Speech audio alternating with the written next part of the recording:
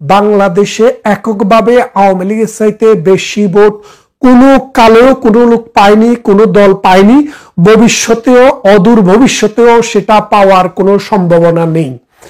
এই বাস্তবতায় ডক্টর ইউনূস বাংলাদেশের আওয়ামী লীগের কার্যক্রম নিষিদ্ধ করার পর বাংলাদেশ আওয়ামী লীগের অ্যাবসেন্সে যে নির্বাচনটি করার তিনি চেষ্টা করেছেন, সেই নির্বাচনটি ডক্টর ইউনূসের পক্ষে করা সম্ভব হচ্ছে না। কারণ আন্তর্জাতিক মহল বিশেষ করে বিশেষ যে আন্তর্জাতিক সংগঠন আছে, আন্তর্জাতিক যে সংস্থা আছে, জাতিসংঘ, মানবাধিকার কমিশন এবং নাগরিকের জন্য মানে পৃথিবীর যে বড় বড় রাষ্ট্রসমূহ আছে, সেই রকম রাষ্ট্রসমূহ ডক্টর ইউনূসকে সুনির্দিষ্টভাবে জানিয়ে দিয়েছে যে বাংলাদেশে যদি আওয়ামী লীগবিহীন কোনো নির্বাচন হয়, সেই নির্বাচনকে তারা সমর্থন দেবেন না এবং সেই নির্বাচনকে একটি বৈধ সরকার বলে, নির্বাচনের মাধ্যমে যে সরকার আসবে সেই সরকারকে বৈধ সরকার বলে স্বীকৃতি দেবে না। পৃথিবীর বিশেষ করে আমেরিকায় দিবে না, ইউরোপ দিবে না, জাপান দেবে না, কানাডা দিবে না, অস্ট্রেলিয়া দিবে না। তারা অলরেডি আওয়ামী লীগের সাথে কথা হয়েছে। আওয়ামী লীগের উচ্চ মহল থেকে আমরা যে খবর পেয়েছি যে তারা আওয়ামী লীগকে নিশ্চিত করেছে যে বাংলাদেশে যদি কোনো নির্বাচন হয়, সেই নির্বাচনে আওয়ামী লীগের প্রতিনিধিত্ব থাকতে হবে।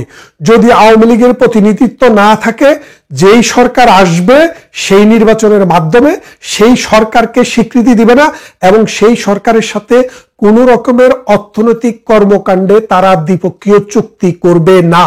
তার মানেটা এখন বোঝেন, বাংলাদেশে আপনি বৈদেশিক বিনিয়োগ বলেন, বিদেশ থেকে ঋণ আনতে চান, বিদেশের লোক পাঠাতে চান, আপনার তো দুই পক্ষীয় একটা সমঝোতা স্মারক স্বাক্ষর হয়, এটা চুক্তি হয়। এখন যদি সরকারটিকেই যদি কেউ স্বীকার না করে, তাহলে ওই সরকারের সাথে কেউ কোন রকমের চুক্তি করবে না, যার ফলে বাংলাদেশ অন্ধকারে নিমজ্জিত হবে। আপনারা জানেন, আফগানিস্তানে তালেবানকে বলেছিল যে তোমরা যদি নারীর অধিকার নিশ্চিত না করো, নারীদের স্কুলে যাওয়া যদি নিশ্চিত না করো, নারীদের ভোটাধিকার এবং মানবাধিকার যদি নিশ্চিত না করো, তাইলে তালেবান সরকারকে আমরা স্বীকৃতি দেব না। পৃথিবীর প্রায় 90% দেশ এখনো তালেবান সরকারকে স্বীকৃতি দেয়নি। সেখানকার শিশু মৃত্যুর হার পৃথিবীতে আফ্রিকার পরে সবচেয়ে বেশি এবং মানুষের মাথাপিছু আয় মাত্র $600। এই গরিব রাষ্ট্রটির সরকারকে পৃথিবীর বেশিরভাগ রাষ্ট্রই স্বীকৃতি দেয়নি। ঠিক তেমনি ডক্টর ইউনূস যদি আওয়ামী লীগকে বাদ দিয়ে কোনো নির্বাচন করেন, সেখানে ডক্টর ইউনূসের সেই সরকারকে পৃথিবীর কোনো দেশ নির্বাচনটিকে এবং সরকারটিকে বৈধতা দেবে না।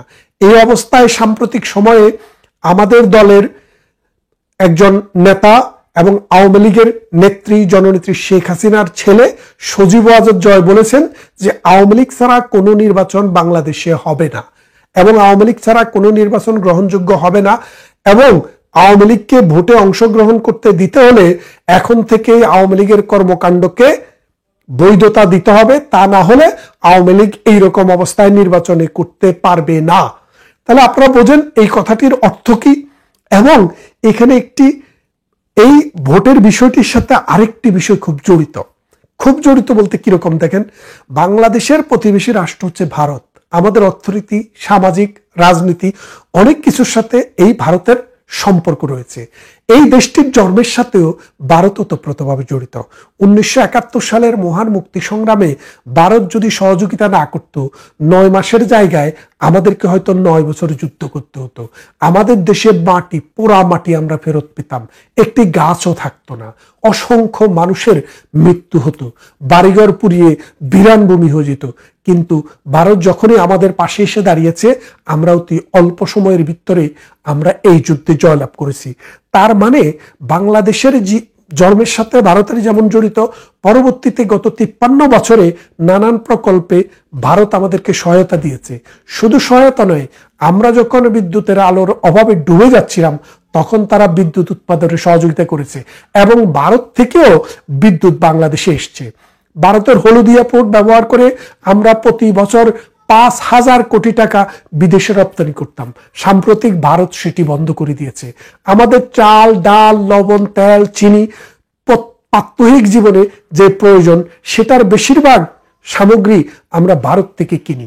এখন ভারত আমাদেরকে আমাদের যে আপনারা জানেন যে গার্মেন্টস সামগ্রী, এই গার্মেন্টস ম্যানুফ্যাকচারিংটা আমাদের বিদেশে আমরা রপ্তানি করি 70 বিলিয়ন, আর ভারত থেকে আমরা 8 বিলিয়ন এই গার্মেন্টস ম্যানুফ্যাকচারিং তৈরি করার যে কাঁচামাল সেটা আমরা ভারত থেকে নিয়ে আসি।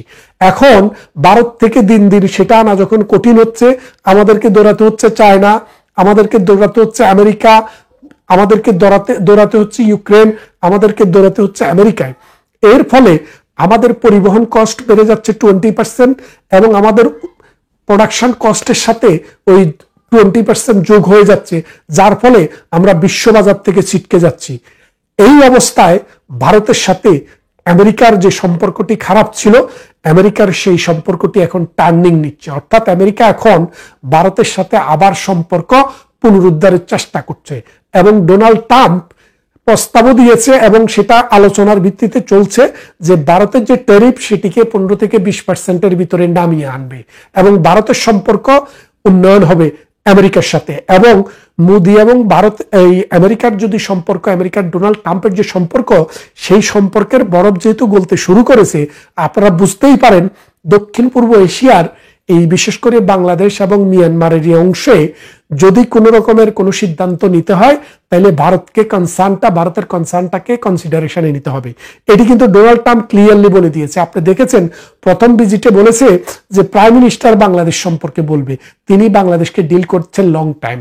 তো এখন সেই অবস্থাটা আবার ফিরত আসতেছে এবং আন্তর্জাতিক যত মহল আছে সবাই এবং ভারতের সাথে প্রধানমন্ত্রী শেখ হাসিনার সাথে দিল্লিতে দর কষাকষি শুরু করেছেন এবং প্রধানমন্ত্রী শেখ হাসিনা ক্লিয়ার সিগন্যাল পেয়ে গেছেন যে ভারত, আমেরিকা, ব্রিটেন, ইউরোপ এবং অস্ট্রেলিয়া, কানাডা, নিউজিল্যান্ড সহ পৃথিবীর সভ্য সকল গণতান্ত্রিক দেশ ডক্টর ইউনূসকে খবর পাঠিয়ে দিয়েছে যে যেভাবেই আপনি নির্বাচন করেন, যদি আওয়ামী লীগের নির্বাচনে অংশগ্রহণ করার সুযোগ না থাকে, দেশের বিগেস্ট পলিটিক্যাল পার্টি এবং সবচাইতে বড় জনগোষ্ঠীকে যারা নিয়ন্ত্রণ করে এবং বড় জনগোষ্ঠী যাদের সাথে আছে তাদেরকে বাদ দিয়ে সেই নির্বাচনকে আমরা অ্যাকসেপ্ট করব না।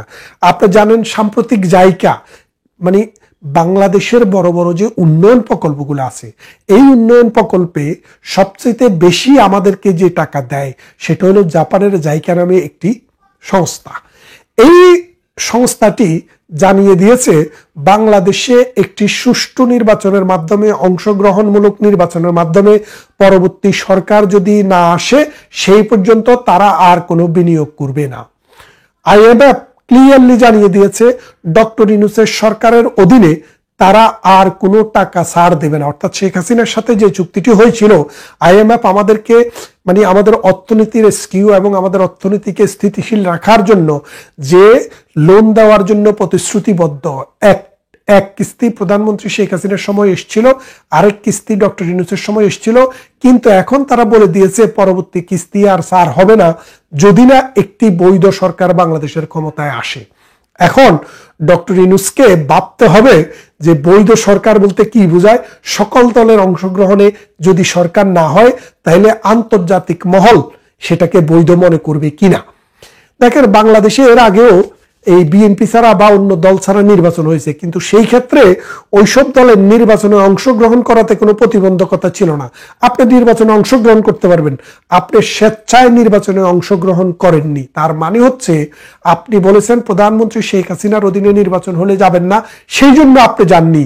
বিএনপিকে কিন্তু আমরা কখনো নির্বাচনে যেতে নিষেধ করিনি, বরং 14 সালে বলা হয়েছিল যে আমরা সমস্ত দলের এই ইয়েদেরকে দিয়ে মানে কনস্টিটিউশনাল যে ইলেকশনের ভিতরে আমাদের যে সংসদ সদস্য আছে সেখান থেকে সদস্যদেরকে দিয়ে একটি সরকার করে দিব, তত্ত্বাবধায়ক সরকার নয়। সেখানে বিএনপিকে পুলিশ মন্ত্রণালয় দেওয়ারও প্রস্তাব দেওয়া হয়েছিল, বিএনপি যায়নি। তার মানেটা দাঁড়াচ্ছে কি, আগের নির্বাচনে বিএনপিকে অংশগ্রহণ করার সুযোগ দেওয়া হয়েছিল কিন্তু বিএনপি যায়নি, আর এবারের নির্বাচনে আওয়ামী লীগকে অংশগ্রহণ করার সুযোগ দেওয়া হচ্ছে না। তার মানে এই দুইটা বিষয়ের মধ্যে যে তফাৎটা, এই জিনিসটা অনেকে হয়তো বুঝতে পারেননি। এখন আমি সেই জন্য এই বিষয়টিকে ব্যাখ্যা করলাম আবারও, যে একটি দলকে সুযোগ দেওয়ার পরেও অংশগ্রহণ না করা আর একটি দলকে সুযোগ দেওয়া মানে অংশগ্রহণ করার সুযোগে না দেওয়া, এই দুটি জিনিসের মধ্যে ডে অ্যান্ড নাইট রক্তপাত। সেই অবস্থায় আন্তর্জাতিক বিশ্ব ক্লিয়ার অবস্থান যে ডক্টর ইউনূসের এই নির্বাচনে তারা সমর্থন দেবে না যদি আওয়ামী লীগকে নিয়ে আসা যায়। তাই আপনারা নিশ্চিন্ত থাকেন, আগামী নির্বাচনে আমরা নির্বাচনে অংশগ্রহণ করব এবং আমাদেরকে যথাযথ টাইম দেওয়া হবে। আপনারা মাঠে নামবেন, বঙ্গবন্ধুর সোনার বাংলায় জাতীয় পতাকা এবং নৌকা মার্কা নিয়ে ভোট দেওয়ার জন্য আস্তে আস্তে আপনারা প্রস্তুতি নেন। কারণ এই দেশে আওয়ামী লীগ হলো নির্বাচনমুখী একটি দেশ। দেখেন 70-এর নির্বাচনে আমরা আইয়ুবের অধীনে, মার্শাল্লাহর অধীনে যখন নির্বাচনে অংশগ্রহণ করি, তখনও মাওলানা ভাসানী বলেছিলেন যে মুজিব আপনি নির্বাচনে যেন না, এর মানে যে আইয়ুবের অধীনে এই নির্বাচনটি হবে এটা তামাশার নির্বাচন, প্রহসনের নির্বাচন। কিন্তু বঙ্গবন্ধু বলেছিলেন আমরা গণতন্ত্রের মানুষ, আমরা জনগণের দল, আমাদের মানুষের কাছে যাওয়ার, মানুষের কাছে আমাদেরকে পছন্দ বা অপছন্দ করার সুযোগ দেওয়ার একমাত্র উপায় হচ্ছে নির্বাচন। সুতরাং আমরা নির্বাচনে যাব। নির্বাচনে আওয়ামী লীগ গেলেন, মাওলানা ভাসানী গেলেন না। এখন আওয়ামী লীগও টিকে আছে, কিভাবে টিকে আছে আপনারা সেটা জানেন, আর মাওলানা ভাসানী কিভাবে টিকে আছে সেটাও আপনারা জানেন। তাই আসুন আগামী নির্বাচনের জন্য ভেতরে ভেতরে আপনাদের নিজস্ব অবস্থান থেকে প্রস্তুতি নেন। দেখবেন বাংলাদেশ আওয়ামী লীগ আবারও সকল দলকে পরাজিত করে বাংলাদেশের ক্ষমতায় আসার পথ সুগম করবে। ভালো থাকবেন, কথা হবে অন্য কোনো ভিডিওতে, অন্য কোনো ইস্যুতে।